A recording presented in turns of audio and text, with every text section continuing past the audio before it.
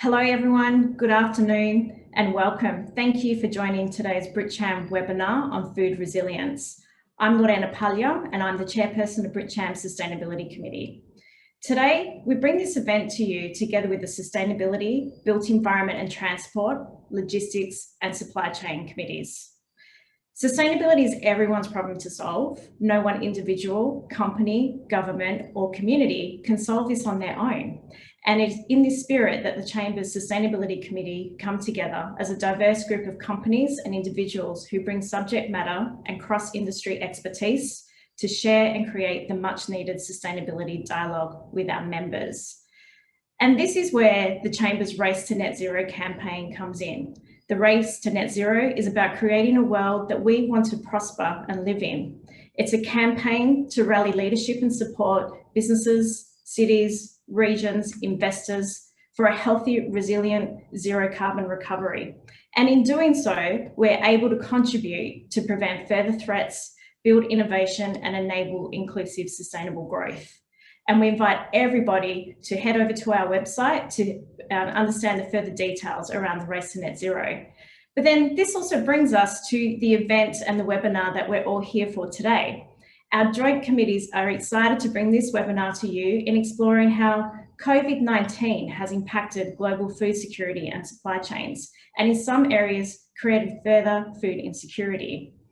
We've seen as of our experiences over this past year is the pandemic has triggered panic buying, stockpiling and food protectionism, exposing an over-reliance on highly efficient supply chains. And the reality for climate change is that it will result in more frequent episodes of extreme weather conditions and will cause further disruption to our food sources value chains. And part of our recent global experiences is it's demonstrated the need to transition to a new sustainable and resilient healthy food system. But to be able to do this requires research, innovation and growth. And we have seen also a shift towards this as part of the Singapore Government Green 2030 plan. Our session today with our esteemed panelists focus on these topics and the opportunity to leading the way in innovation, and in securing a sustainable food supply for the future. On that note, I will hand over to Chin Tan, who is our moderator for this event, and will introduce our guests to kick off today's session. Thanks, Lorena. That's great. Thanks again. Hi all. So I'm Chin Tan. I'm based in Singapore, and I'm an architect and an urban designer by profession. And I work with Arab, and most of my work is around. In the last 2 years, have been focused on what food does to cities. So I work a lot in the cities arena. So I'm hoping to get really nice conversation going amongst three really interesting panelists out here and very diverse in nature. So we're going to start Helena Wright, who is the policy director at Fairer Institute. She's based in London, and where she focuses on policy solutions. And we'll get to know more about that in the next hour. Next is Bjorn Loh, who is an executive director and co-founder at the Edible Garden City, and he's based in. His work is based in Singapore, but he's a traveler between Melbourne and Singapore, as far as I know him well. And I don't know where he is right now. and the third is Bee here. She is the Chief Executive Officer at Food from the Heart, also based in Singapore. And it's a non-governmental organization and not for profit as well. So with that, I'm going to ask Helena to take the stage and give her thoughts on this topic. And Helena, over to you. Thank you. Great to be here today. My name is Helena Wright and I'm the Policy Director at FAIR. We are an investor network with over 38 trillion of investors supporting that network now. And our research mainly focuses on the ESG risks and opportunities in the protein supply chain. And when we looked 5 years ago, this was quite an emerging space. Since then, we've grown to be actually one of the world's fastest growing investor networks, focusing on ESG risks in the global food sector. And what we found through our research is that under our climate risk tool, climate change is going to have major effects on this sector. But the producers with a portfolio that is diversified more into sustainable protein are going to be more resilient to the impacts of climate change. both in terms of the physical impacts of climate change and also the transition risks as we move to a net zero world. And I would also like to touch on another point here, which is that our resilience is not only to climate change, there's many other sustainability risks and also systemic risks in our food system. One being the COVID crisis that we see at the moment, which is an example. So pandemic risk is a really important risk we have to face, and that is linked to a number of other risks, as you know. And our pandemic ranking index actually found that more than 70% of animal agriculture firms are at high risk of fostering new zoonotic diseases.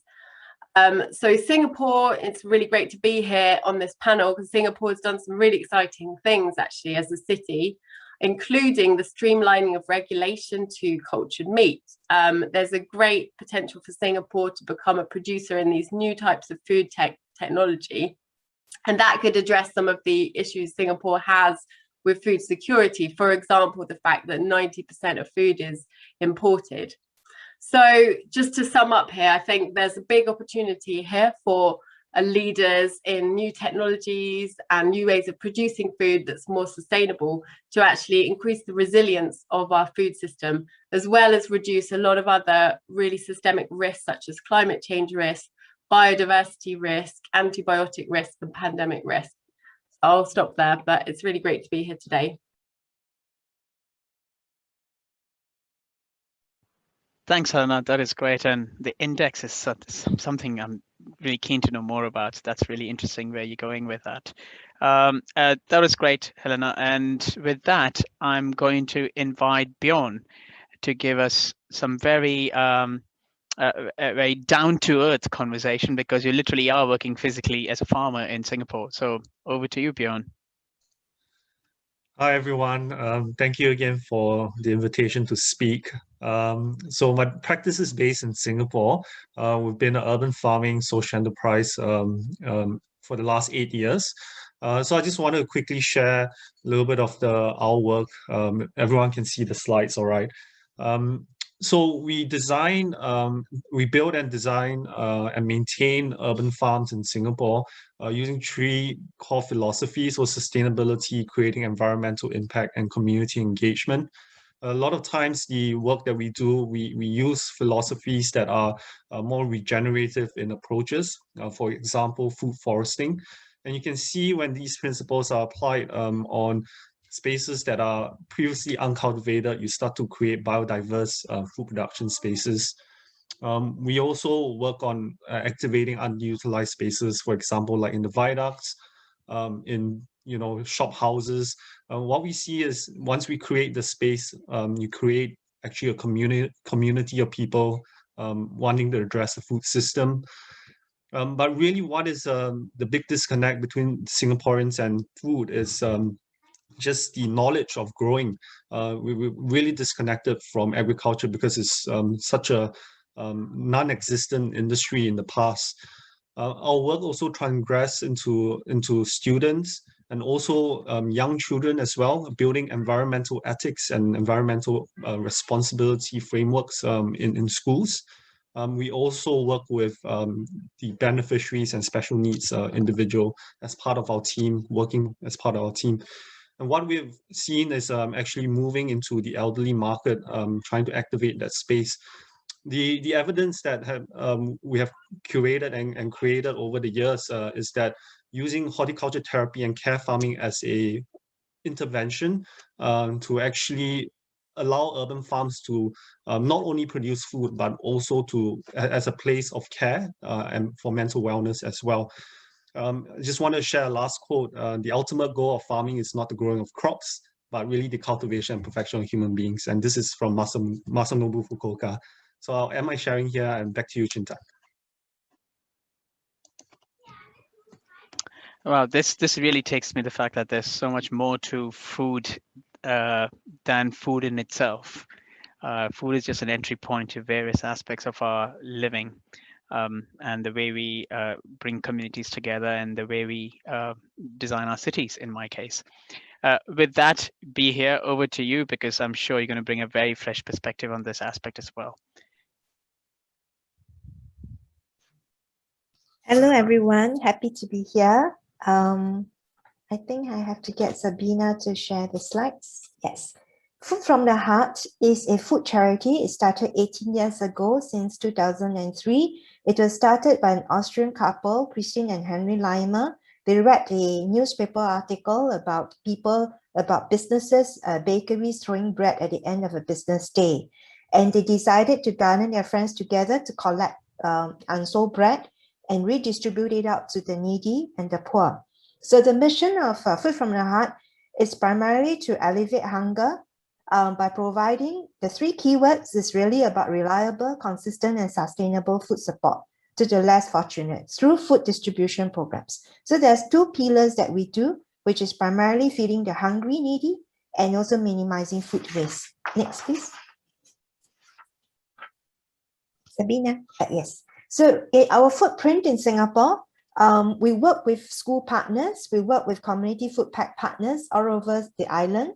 We work with bakeries to collect bread, hotels as well. We also support welfare homes. So last year, being a pandemic year, we actually fed more than 53,000 beneficiaries in Singapore, distributed $6.35 million worth of food. We packed more than 1.4 million food items, saved almost 200,000 kg of bread from 115 bakeries. We serve about 129 distribution points, and we support more than 100 welfare homes. So that gives you a gist of what we do, the scale of what we do. We're primarily like a logistics company. And the next slide. I would want to leave some questions for our guests to really ponder. What guides us as a food charity? And I think these are questions relevant to everyone today as we talk about food security and sustainability. What is food security to the needy? How different is that from all of us? Is feeding the needy the solution to minimizing food waste? And what is a livable city to the needy? As compared to as governments try to create livable cities, we have found out from the needy that their livable space is primarily the nearest market, the nearest food center, the nearest clinic, the nearest government agencies that they have to deal with. So we also hope that you can also think about how do we donate right to give better. And within the food charity space, we also have our own supply chain, so to speak. And if you look at the chain below, it's really about raising funds, raising food. We raise funds to buy food. We also raise food donations in kind. How do we then get volunteers to check, sort, and pack? How do we deliver that to the distribution partners? From distribution partners, which is run by volunteers, and then how does the beneficiaries get the food? That is our supply chain for food support. And it is different, very different from the supply chain that everyone is talking about. But during COVID, this supply chain was also affected, and how digital solutions can help us. That's the end of my presentation. I'll leave you more questions with answers. Thanks, Pia. It just highlights that how the entry points of all three of you have been quite different and very specific as well. And that's why I'm really looking forward to the question and answer. So audience, please feel free to add in questions in the Q&A chat box so that we can take some of your questions as well. But meanwhile, since I'm the moderator, I get the opportunity to ask the first few questions, and I'll start with that. So my questions are to all three of you, and you can probably respond in what you think works for you, or where you could reflect more onto or best onto that. The first one is very Singapore specific, and I think, Helena, it'll be great to know if you wanted to go beyond or you want to highlight something more differently than that, please feel free to do so, because something's very topical right now in Singapore, and that is the Green Plan 2030 that's been announced. And every industry in Singapore is looking at what does that mean to themselves, the Singapore Green Plan 2030. And for most of you would know that, but the people who don't, Singapore's announced a Green Plan for 2030. So there are quite a few initiatives that Singapore wants to push towards achieving more low carbon or green initiatives, and want to reach at a certain point by 2030. Food, of course, plays a very important role in this conversation. So based on that, my question is, what does the Singapore Green Plan 2030 mean to you? So probably I'll start with B here first, and probably you go B here, and then we move on the other way. Thank you, Chintan. 3030 for planners, sustainable living, is really quite different for the needy. What is 3030 to the needy? I don't think they fully understood for some of them. For us as a food charity, I would prefer a number that's a little bit different. It's more like 90 by 30. Why 90? 1 meal a day, 3 meals a day for 30 days, every day. And that would be 90 meals for every day. The 30 to me would be more the number of days. It's not in terms of, the metric is kind of different. And for us, it's really about when we feed the needy, we look at giving them the dignity of choice. We are not looking at, what you want to throw away and you collect that. We have a bit of that, but we actually don't do everything on that. So we look at the source, we look at the needs, we identify that, we try to target that, and then we try to use technology to also help us. Over back to you, Chintan.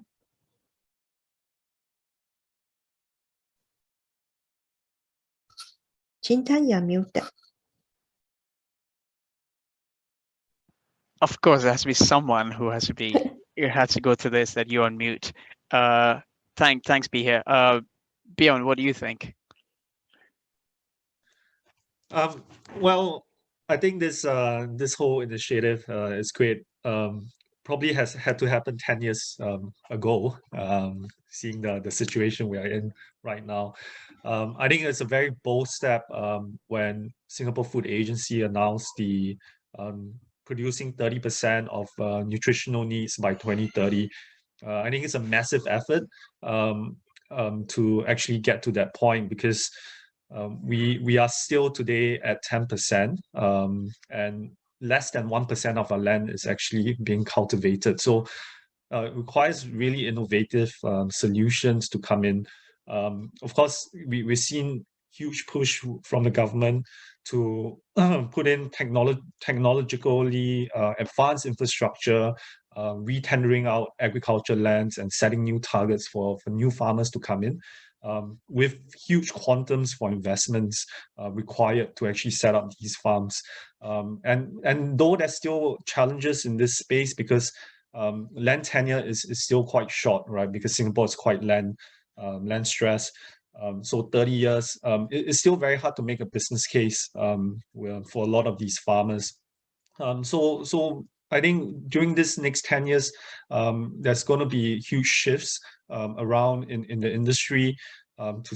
So only those that will be able to sort of create a sustainable business model would prevail, and the rest will probably have to kind of struggle along the way. I think we need to look at multifaceted solutions. So technology is great as an enabler. It shouldn't be a silver bullet solution. And so perhaps a whole society effort to growing food needs to be sort of advocated a lot more as well. But so this green plan actually sort of ties everything together as a whole of society approach to sustainability, whether it's food growing or cutting carbon and stuff. So it's a great move and a bold move. Back to you, Chintan. Thanks, Bjorn. Yeah, I indeed think it is a bold move, and it'll be very, very interesting to see how we go for the go on for the next 9 years now to get to that point. Helena, your thoughts on this? Yeah, I just to pick up on what Bjorn just said, I think this is a great opportunity for innovation, for Singapore to really get ahead in really innovative technologies, and also to potentially become a kind of exporter for create jobs as well as trade opportunities. Actually, Singapore became, as you know, the first country to improve cultured meat recently at the end of last year for sale, which was quite an exciting milestone. There's a few other countries around the world that are innovating, but Singapore is definitely one of the leaders of this. And one interesting point to note is, cultured meat would have significantly lower emissions. It's predicted to have at least around 80% lower emissions, 80 to 90% lower emissions, much lower water use, much lower land use. So there's all these types of benefits. 99% lower land use compared to animal protein production in a conventional way, according to one study that came out recently. And this is expected to be a multi-billion-pound market as well. So I think there's plenty of opportunities to be made if the innovation carries on in the way it is now. I'd also say that, you know, this is only one of a number of different technologies that are being pursued. There's also fermentation technologies, etc. So I think there's a really exciting kind of food revolution that's underway here. A lot of investors getting very interested in the food innovation space as well. So overall, it is a very stretching target that has been set of 30 by 30. But I think there's so many opportunities for that target to spur a lot of innovation. Thanks, Helena. I think, yeah, I'm really keen to see how or when cultured meat becomes economically, but also environmentally sustainable to complete all extent, including energy use, etc. A small anecdote is that I turned vegetarian 2.5 years back, and now my friends are asking me, the day cultured meat becomes environmentally aptly sustainable, would you go back to having meat? And I don't have the answer right now, but probably. Because I became vegetarian purely for environmental reasons. But actually, good points, Helena, on the whole technology part, because that's kind of bringing me to the next question, which is, and that goes to all three of you again, but especially Bjorn, because you've been working in as a farmer, urban farmer in Singapore, and probably may also connect to the question I see Philip Jackson has asked, the second one around vertical farms. So the question is, how is digitalization and technology changing the idea of food production, distribution, and consumption in our cities, especially? So for example, I mean, Helena pointed out, Bjorn, you have strong views on that, I know, around hydroponics, lab meat, high-tech farming, etc. Is that truly sustainable? And if not, can it ever become? So why don't I start with you, Bjorn? Yeah. Yeah. Yes, I have quite a lot to say about this, as Chintan has mentioned. We have indoor farms, vertical farms, growing cold weather gap crops for restaurants. You know, up to 60 restaurants in Singapore that we distribute to. In a lot of sense, we were actually trying to solve a logistic issue because a lot of these crops in the past, like microgreens and edible flowers, were imported from Holland. And we were trying to sort of grow them locally in hope to actually reduce the carbon miles of or carbon footprint of these produce. But the fact is, the energy usage of such farms, whether it's for cooling and lighting, climate control, actually far outweighs the benefits. So I think that there's been recently a study from Oxford University, measuring different methodologies of controlled environment agriculture, and they found that actually it's quite resource intensive. Of course, when we're able to start to shift all of these into using renewable energy, then there is probably a more sustainable footprint for the future. But at this stage, it's actually very resource intensive to run these farms. While if you look at the amount of space that we have, there are currently sort of landscape in gardens. These could be sort of the foundation of other natural farming practices to that can grow food for the community as well. So yeah, I think it is necessary for the future to really address some of the gaps that we have, but it shouldn't be a silver bullet solution to food security for Singapore. Back to you, Chintan. Thanks, Bjorn. Yeah, I appreciate that response as well. I'll come back to you, Helena. Helena, you of course highlighted and you touched upon this part, and a huge part of your the work that you do is connected to this. So anything specific that you would like to add to that? Yeah, actually, just one point that was already mentioned earlier is the kind of energy intensity that you mentioned of some of these processes. Cultured meat at the moment is a very energy intensive process. Obviously less energy intensive than the conventionally produced meat, but still quite intensive. One important aspect would be the development of renewable energy for the production process, and that could really offset some of those high energy costs as well. And actually one recent study found that the use of renewable energy could cut the carbon footprint of the cultivated meat industry by 80%. So I think that's a very interesting paired kind of strategy to consider to help make these new technologies more sustainable. And another quick issue to mention is also the growth medium. So it's quite a new technology, and there's a growth medium at the moment. A lot of the tech companies are using a fetal bovine serum as a medium, but the industry is trying to replace this with cheaper and plant-based ingredients. So I think there's further steps to be taken, definitely, to make these kind of cultured meat technologies more sustainable, but there is huge potential for that to be in the end sustainable.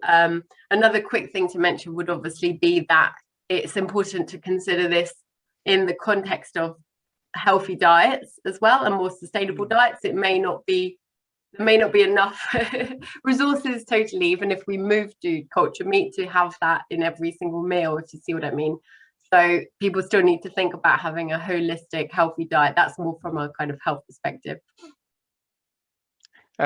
In terms of health and individuals, I think it would be interesting to think about where do you think technology plays a role, or digitization for that matter, in what you do in feeding the needy?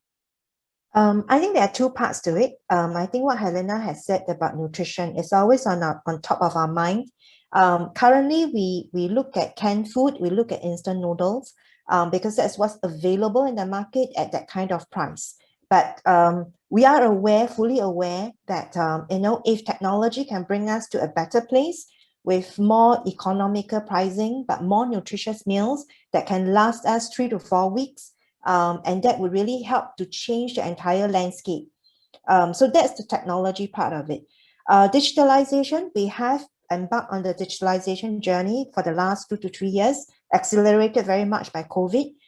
So now we actually make use of QR coded beneficiary cards. We do use it as a means to collect data from our beneficiaries, and we know what they want to take, what they prefer, the timing, the habits, the consumption, the taste. And using digitalization, we have also given them the power of choice, the dignity of choice, through 2 new initiatives we pushed out last year. One is Community Shop, where it is a shop for free concept.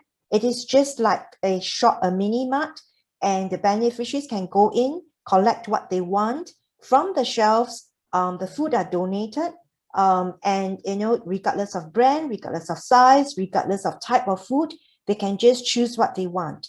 The other one is Project Belanja. Belanja is a Malay word for giving you a treat, a meal, and that's the exact sense of the project, where we work with participating hawkers. In Singapore, it's food paradise. You just go downstairs, you just walk a few steps, you're able to reach a food center, a coffee shop. It is all inbuilt within the community. And what we wanted to do using technology and digitalization is to provide seamless food support that the needy can just ask for in the most simple manner, and they can just go within the community to get access to warm meals. So there's no need for a soup kitchen and all that. So everything is simplified in that manner, and the system digitalization also allow us to have a sort of an alarm system. If the needy doesn't come and collect the meal, we're aware. The partners will go knocking on the doors to find out how they are, or are they hospitalized. So we are maximizing a lot on digitalization and technology, and that will drive us for the next few years. Based on the data we collect, we can share that with the general public so that people can donate right, and then we can give better. Thanks. That's a very, very interesting perspective about the canned food technology and nutrition coming together. So no, thanks for that. I think that leads me to the next question, and that's because I think here you spoke about community and people coming together. What is the role, and beyond, you're a farmer already, so what is the role of a farmer in the future of food production? And in other words, can the community become farmers? So how can we bring everyone together on this journey? Yeah, Bjorn, please. Yeah, so that's a great question. I think that there have already been concepts developed in the past, right? Whether it's agrarian urbanism, where it's a whole society effort to food growing, integrating food production into urban planning, and how we design cities. And these are sort of solutions and ideas that can actually encourage people to grow food. I think Singapore itself has already a strong foundation of community gardens. We have 1,200 at last count. So these are potentially decentralized farming, community farming spots that could produce food. Of course, we need to, at least the government needs to start looking at policies to allow these spaces to be able to grow and sell food. Currently, they can't actually sell the produce that they grow due to food safety concerns or other legislation, but they are looking at that, and that will create a whole new sort of supply chain with small decentralized farms. I think that there has been quite a bit of work done in Europe where farmers are not only now seen as people that are producing food, but also as environmental stewards. So if they keep their landscape like 100 acres of farmland in a biodiverse, in a very sustainably farmed way, they actually get credits back from the EU, for example. So those are models that are new and should be also kind of adopted globally as to change the roles of farmers, not just as a food producer, but also as a protector of the environment. Back to you, Chintan. Thanks, Bjorn. Be here, Helena, would you like to add something on this one? I think in the space of the needy, we have got partners who are managing some of the community gardens, and they harvest it and they actually then distribute that to within the community, those in need. So that is really about nutritious food, fresh, and within the community. So that is something that is the needy is also benefiting from this initiative as well. Yeah, I just wanted to touch on the point about farmers as well, and point out that a lot of the new technologies may, need and require new kind of skill sets, and there's a high job creation potential as well for shifting towards new food production technologies. I think there's a role for the universities and schools to help to create the right skill sets for the new generation of farmers and kind of generate interest in new kind of greener jobs as well. It's not so relevant for Singapore, but there is a global discussion about, how their stranded assets may be created in the traditional livestock sector. And for that, there's finance needed to help farmers transition from an old way of producing food to newer technologies and new opportunities. Just to also touch on the topic of the needy and how to feed people as well. I think one important point to note is that today we're basically feeding about 1 billion tons of grain to feed livestock only. With that same grain, we could actually directly feed 3.5 billion people. So there's a huge opportunity here to have more food and better food security globally by shifting away from just feeding directly our food to livestock. That number is astonishing. Absolutely spot on. I have a few more questions, but I think there's some really nice questions that come up in the Q&A. So probably I'm going to take up one or two of them if I go back to my list if I need to. I think there's one on planning and zoning by Phil Jackson, and that probably may touch to a few of you on this panel. So it says, to what extent is food security affected by planning/zoning by local authorities? Should there be a change in allocation of appropriated land in any locality to make space available to food supply and distribution? John, you want to go with this one? Yeah. Though you are the urban planner, right, Chintan?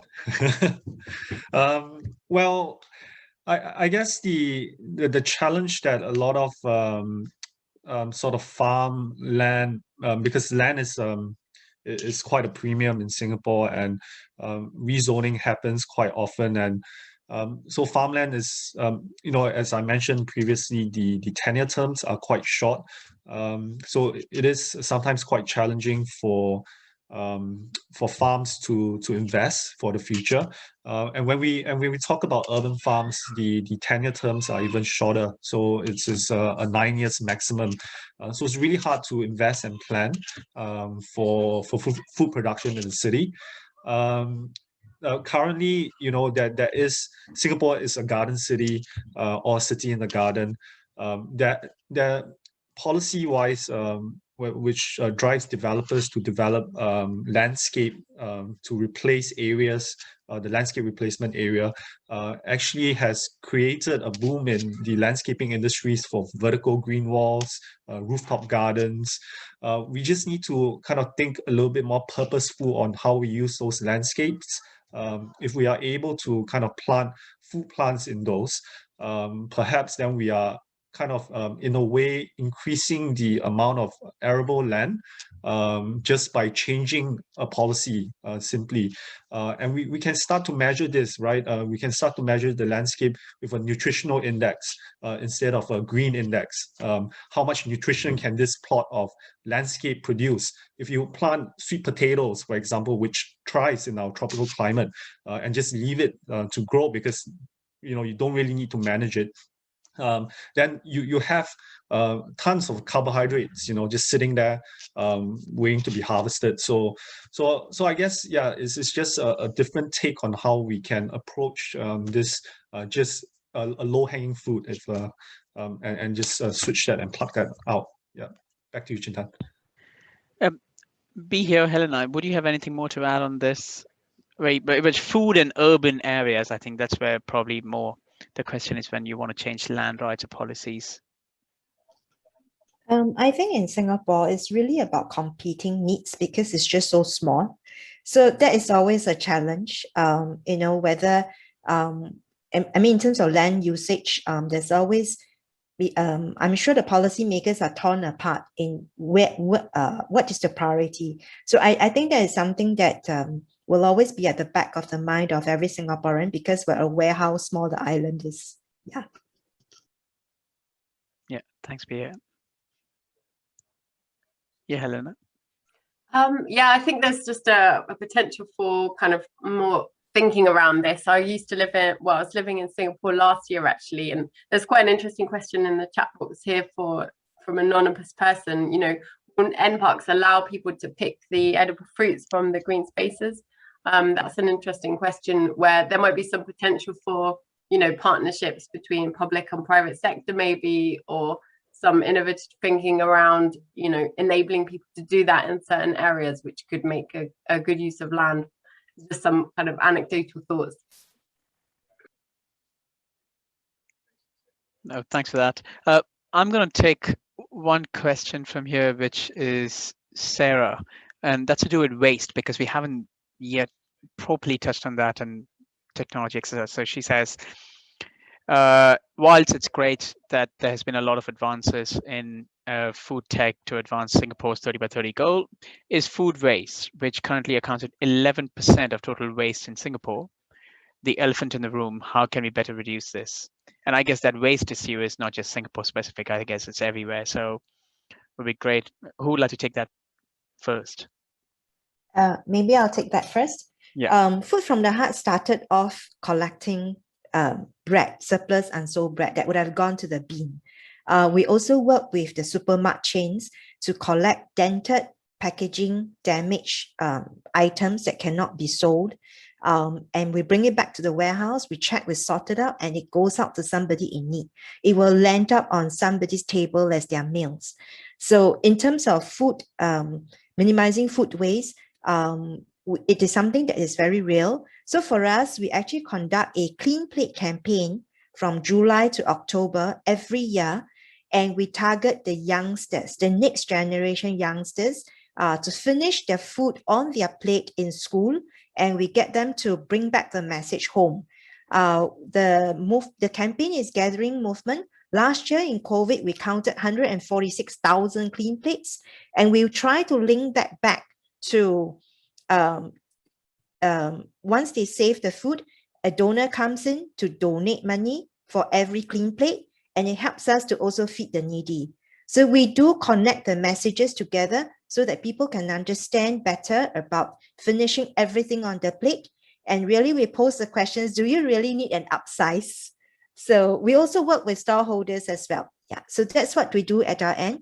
I think there was also a question about individually, what can all of us do as an individual to be responsible for what we do? I think we can just start off by finishing everything on our plate. Yeah, that's a good message and a very simple message. Yeah, I can jump in. Yeah. So I guess the elephant in the room for food waste is really in the supply chain, in the food supply chain. We've heard of instances where food imports, like a whole container of avocado comes from New Zealand. They batch test it, it fails. The whole container is dumped. So these are things that we don't even see. Where they dump it to, we don't know. So there is a need to kind of look at the nutrient sink that Singapore is creating, because you're essentially taking fertility from all around the world and dumping it into Singapore. So whether we can then be a net exporter of fertility to the region by capturing this waste and turning it back into fertility.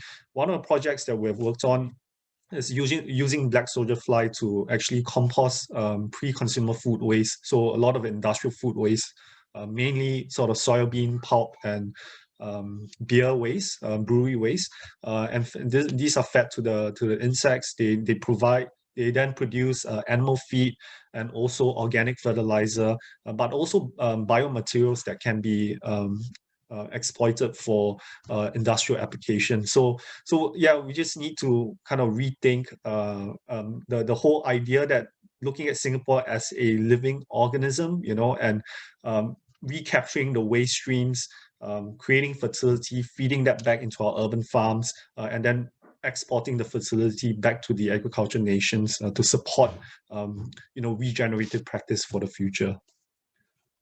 Back to you, Chintan. Thanks, Bjorn. Helena, in all your the funding and financing of food, where does waste play that role? I think there's a really important role, I think as already mentioned, of the retailers, supermarkets, etc., into helping actually avoid waste. And we have an index that looks across a wide variety of factors. Actually, we look at more the sort of a different end of the waste, which is the kind of producer waste rather than the retail manufacturing waste. But I think this is all part of a good ESG management and actually the wide range of ESG factors that retailers might integrate to have good governance in their systems. So I also think there's an important role for the investors here, which is something FAIR is obviously doing, which is where investors are investing in a particular retailer or a supermarket chain, they can actually call on them to improve their ESG performance and their governance. And that's the kind of really way to help to reduce emissions as well. Thanks, because I think your point, and also beyond, you highlighted earlier, there's another question there which is around the fact that to grow a kilo of fish in Singapore, we need to bring a feed for about the same weight. And then what are we doing about recycling food-based biomass? So I think quite a few of the conversation here is already connected to that, but it is astonishing how if you start connecting and make a much more circular, connected ecosystem, you probably will just resolve quite a few aspects, but everyone's working in a very individual way. But the question then is, who takes that responsibility of bringing everyone together and connecting that cycle and making it circular? And that is still a question. You don't have to answer, but that's still a question in my mind. And probably that's where we planners need to come and work with the government top down or coming up with the circularity of food ecosystem in that place. And working with the right agencies. There is one question, and I think we have all answered quite a bit on that one.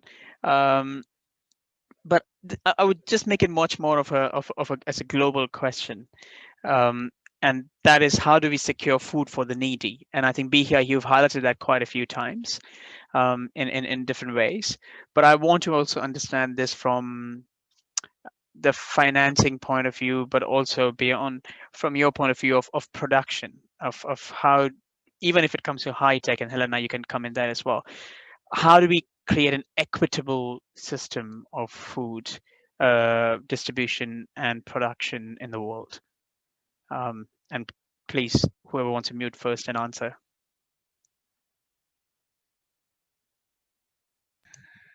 I can give it a stab. I guess I think food poverty and food justice are both major issues globally.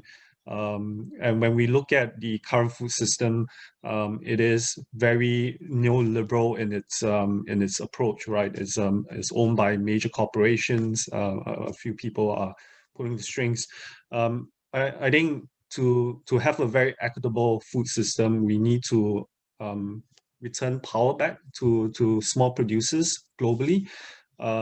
So the whole food sovereignty movement globally has been really important in this space, and giving a voice to indigenous communities producing food for local communities is very crucial and key.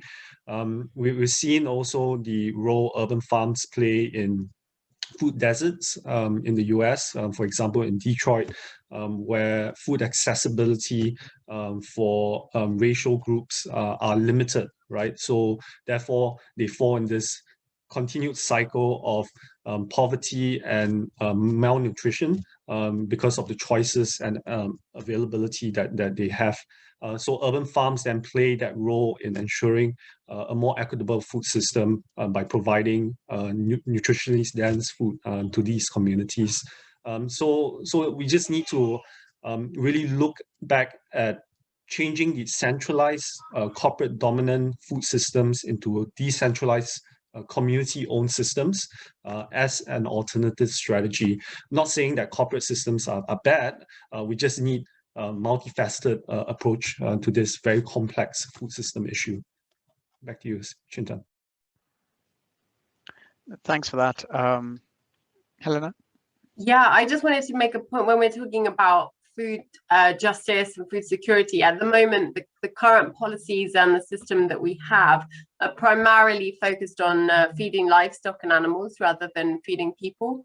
Because we know that basically, even though animal protein only represents 20% of the world's calories, is using up more than 70% of the land globally. And really the rate at which this animal production actually converts feed into food is really low. We know that the animals are consuming more food than they actually produce. One interesting thing to mention might be the role of subsidies in this, and the current subsidies that we have. This is not so relevant to Singapore, but also more globally, really supporting just the current system as it is and prioritizing livestock production. It was estimated by Greenpeace that more than 70% of the EU subsidies goes to livestock, for example. And a group of investors actually recently called on the EU to reform its agricultural subsidies in line with climate change and with nature goals. And more than 2 trillion of investors actually supported that statement. And it's all actually being negotiated next week. So we'll see whether some of these subsidies eventually do get reformed in a way that's more equitable and that better supports food security. That's very interesting. Yeah, be here. Sorry. Yes, just like you mentioned about who's responsible for creating that system. So I would just want to add on a little bit to that is that when we give when we try to feed the needy indiscriminately without plans, without organizing it, and everybody just wanting to do something good, that act itself might also be creating food waste. Because without understanding who is consuming it, whether do they cook, if you give them oil and they don't cook, you're actually creating waste. Actually, just to also share, in Singapore, we now have a food work group. We call it a food work group that is actually helmed by the Ministry of Social and Family Development, where food charities, private sector, public sectors, all relating to food is in a work group, and we are sitting together to really work out, map up some kind of a guideline policies that would be useful in managing food security in Singapore. Food from the Heart is also in another group. We are also looking at enacting the Good Samaritan law, and that will also encourage industries related to food to also donate food instead of binning them. So those are some of the things that are in the pipeline. Thanks for that. There's a very interesting question. Just when I thought, okay, I was going to slowly start moving towards the end of it, but I'm going to take, Phil, one of your questions, the last one, which is Singapore is surrounded by poor, largely agrarian societies where farmers are mostly the poorest in their communities. Wouldn't the most sustainable thing for Singapore to do be to invest in long-term cold storage and import food from, example, Indonesia? I have my thoughts on that, but I'll let you guys start first. Okay, maybe I'll start. I think the impact that Singapore is making on its its demand on food globally is creating environmental challenges in producing countries. For example, in Malaysia and Cameron Highlands, where they're growing Chinese brassicas for 70% majority Chinese population with eating habit of wanting these vegetables that don't grow very traditionally in our tropical environment. This then causes environmental damage, landslides, water table pollution, discharge, which we don't pay the cost for, right? We are then receivers of very cheap produce as well. So there needs to be a true cost accounting of the food, taking into account environmental damage and travel as well. And then that should be returned back to these farming communities to improve their practices so that it becomes more sustainable. I think long-term cold storage, I think Singapore already has a very robust stockpiling strategy where, for example, staples like rice, they have to keep stock for 3-4 months for the entire population before it goes out into the market. So those are already in place. But I think that there needs to be a lot more support for agrarian societies in Southeast Asia.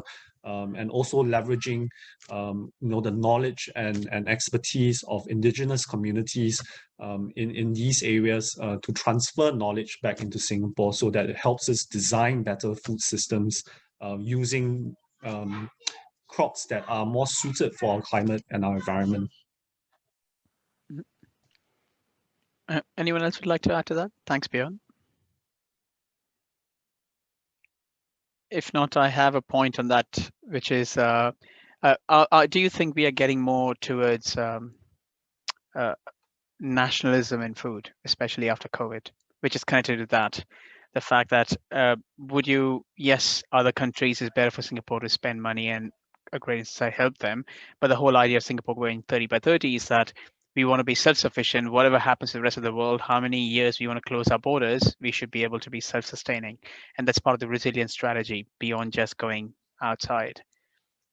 But I think, and Helena, do you see that trend in when you look at it globally in terms of nationalism of food?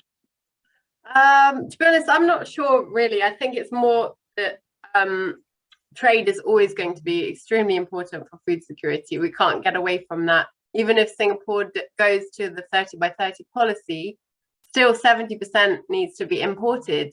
So I think there is a really important role for, you know, regional economies to provide more food as well, which would also have a lower carbon footprint than, you know, food coming across the world. But I think it depends, because actually a lot of, if we look at carbon and the climate change footprint of food, most of the footprint of food is actually in the production rather than how far it's traveled. So just another interesting point to raise.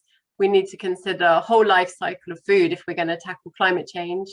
And actually trade can be really important to reduce the environmental footprint of food as well, and ensure that people have food when they need it. So I think we're not going to get away from that situation. I think what COVID has more put a focus on intention on is food safety and also pandemic risk. And that's not generally from the importation of food, it's more the production process of food, because factory farmings and all these techniques that we have now, putting livestock in a very small space close together, is a perfect breeding ground for disease. So I think it's put more of a spotlight in that, I would argue. Thanks, that's a good point. I think with that, I would say we're getting close to the hour. It's absolutely been a fascinating chat in the last 1 hour. It is one of my interests anyway, and a lot of the conversations that we had, this is exactly what we want, is a diversity of thoughts and coming from three very different angles and entry points in this whole food ecosystem conversation. So thank you for that, I would say. Thank you for all the questions. I think that really helped to engage with our panelists, but also with yourselves. So thank you for those questions, and hopefully we managed to answer all of them. And with that, I'm going to pass back to Lorena, if you have a few words to close us down. Thanks, Chin Tang, and what an amazing event. There's certainly a lot of poignant messages and differences in understanding circularity and what this means from a food resilience point of view. So thank you so much to our speakers or our panelists, Helena, Bjorn and Behia. Thank you so much for joining us today. And of course to our moderator, Chin Tang. So if we just want to focus on what thank you for what we've got coming on in terms of our chamber events. So what we have coming up is the 5th annual Celebrity Diversity Photography Competition, on the 22nd of June. We also have Scaling Up Investments in Southeast Asia for Sustainable Infrastructure, also in the same week on the 24th of June, with an amazing lineup of panelists there. We also have coming up towards the end of the month, updates in the Singapore Personal Data Protection Act. And of course, in July, we have another webinar orientated around sustainability on green bonds, carbon offsetting, and the challenges with data and transparency. And last but not least, I just want to mention to everybody, following the event, we have a feedback survey, which will be coming to you by email. And we just ask everybody if you could please take the time to fill that in and send that through to us at BritCham. And on that note, I think we'll officially close out the event. Thank you so much, everyone, for joining us. And a final thank you to our speakers for joining us today.